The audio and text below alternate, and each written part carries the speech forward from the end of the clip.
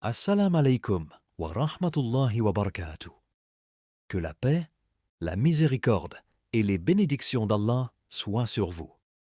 Bienvenue sur Tariq an-Nour, la voie de la lumière. Aujourd'hui, nous vous invitons à un voyage au-delà des limites de la perception humaine. Un voyage vers l'invisible, l'insondable. Un voyage vers le trône d'Allah, Al-Arsh, et son coursi, le piédestal.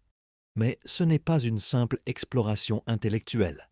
C'est un appel à l'émerveillement, à la soumission, à la contemplation. Car ce que nous allons partager touche au plus grand mystère de l'univers. Qui est Allah et quelle est sa majesté? Partie 1. Le coursi, le piédestal de lumière. Ferme les yeux un instant. Plonge dans un vide si vaste que la lumière elle-même s'y perd. Imagine l'espace, non pas celui que tu connais à travers des images de télescope, mais un espace que nulle technologie ne peut capturer.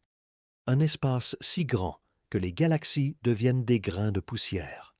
Et maintenant, imagine que tout cet univers, étoiles, planètes, trous noirs, nébuleuses, repose dans le coursi, le piédestal de lumière.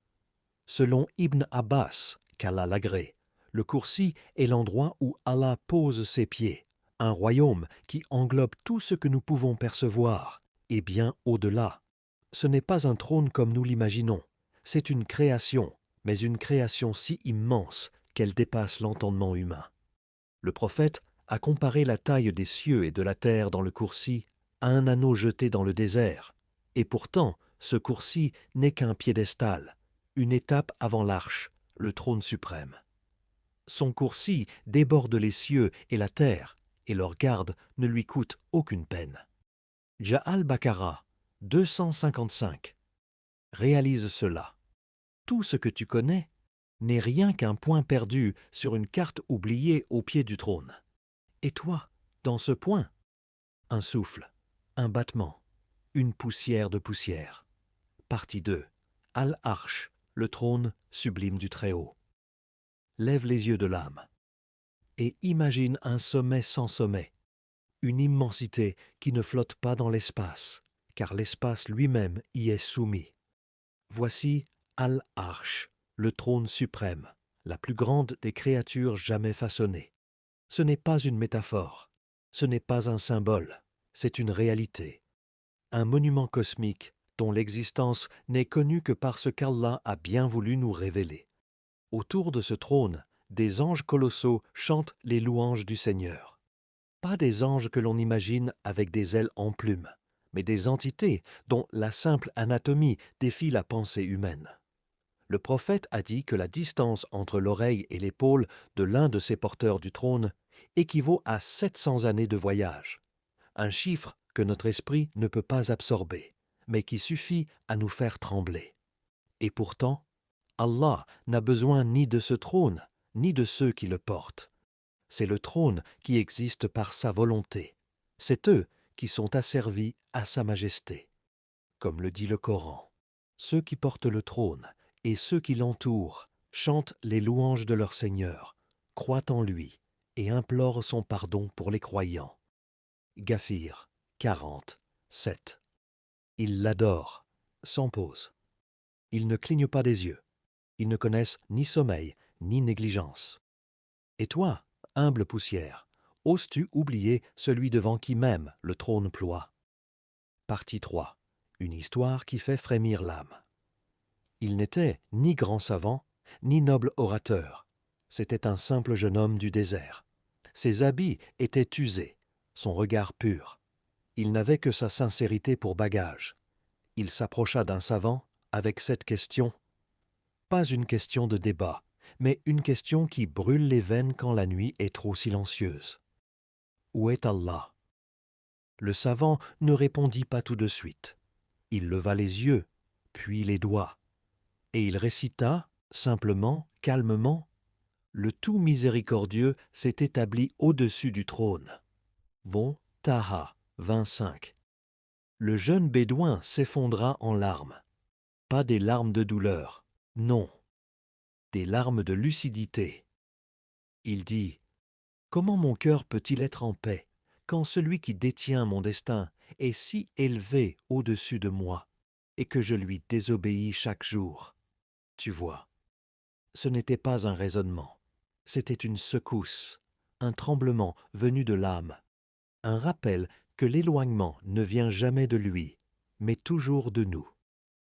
Alors toi, lorsque tu lèves les yeux vers le ciel, quand la ville dort et que ton cœur parle plus fort que tes pensées, ressens-tu cette présence? Penses-tu à celui qui voit tout de toi, même ce que tu caches sous ton sourire? Peut-être. Peut-être que cette nuit, c'est toi le bédouin. Partie 4. L'impact spirituel du trône sur notre foi. Le trône d'Allah n'est pas un sujet cosmique pour les rêveurs. Ce n'est pas une curiosité réservée aux érudits. Ce n'est pas un concept abstrait. C'est un miroir posé devant ton cœur.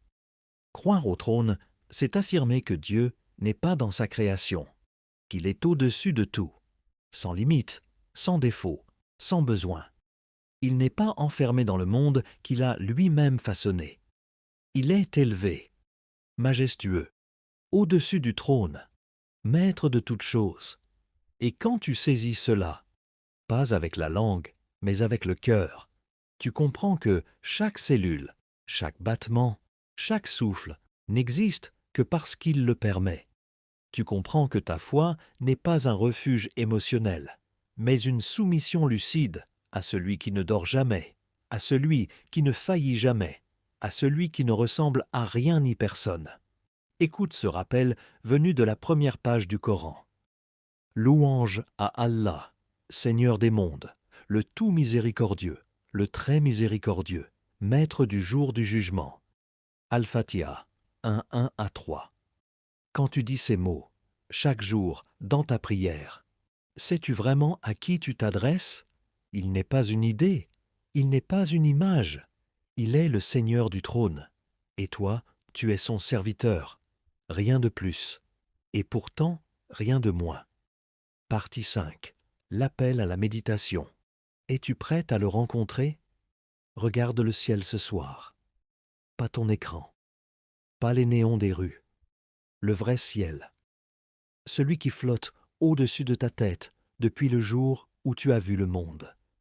Celui que les oiseaux effleurent, que les nuages traversent, que les étoiles décorent. Celui qui témoigne de sa grandeur à chaque seconde. Inspire doucement. Tiens, puis relâche. Maintenant, écoute le silence. Pas le silence du monde, le silence de ton cœur. Et pose-toi la seule vraie question.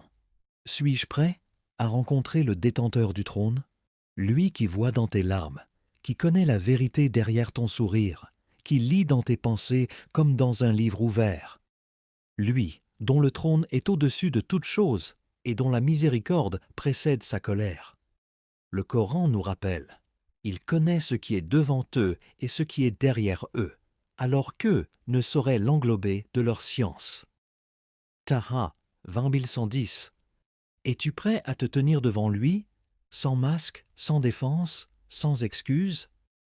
Parce que ce jour arrive, et il n'y aura ni ombre ni refuge, sauf sous son trône. Et pose-toi cette question. Suis-je prêt à rencontrer le détenteur du trône? Celui qui voit tout, entend tout, sait tout. Celui dont le trône est au-dessus de tout ce que je peux imaginer. Le trône d'Allah, le Kursi, ne sont pas des concepts abstraits. Ils sont des vérités absolues que le croyant accepte avec foi, humilité et amour. Alors, la prochaine fois que tu lis Ayat al-Kursi, ne la lis pas comme un texte, lis-la comme une clé vers l'infini, vers le royaume du Tout-Puissant, Ar-Rahman, Al-Malik, Dhul Arsh al-Majid. Doua de clôture. Ô Allah, toi qui es établi au-dessus du trône dans une majesté parfaite, fais que nos cœurs s'inclinent devant toi et que notre foi s'élève vers toi, comme s'élève le trône dans ton royaume infini. Amin. Barak Allahu fikum pour votre écoute. N'oubliez pas de partager cette lumière autour de vous. Et surtout, ne cessez jamais de chercher Allah, car lui ne cesse jamais de vous voir. wa assalam alaykum wa rahmatullahi wa barakatuh. La voix de la lumière.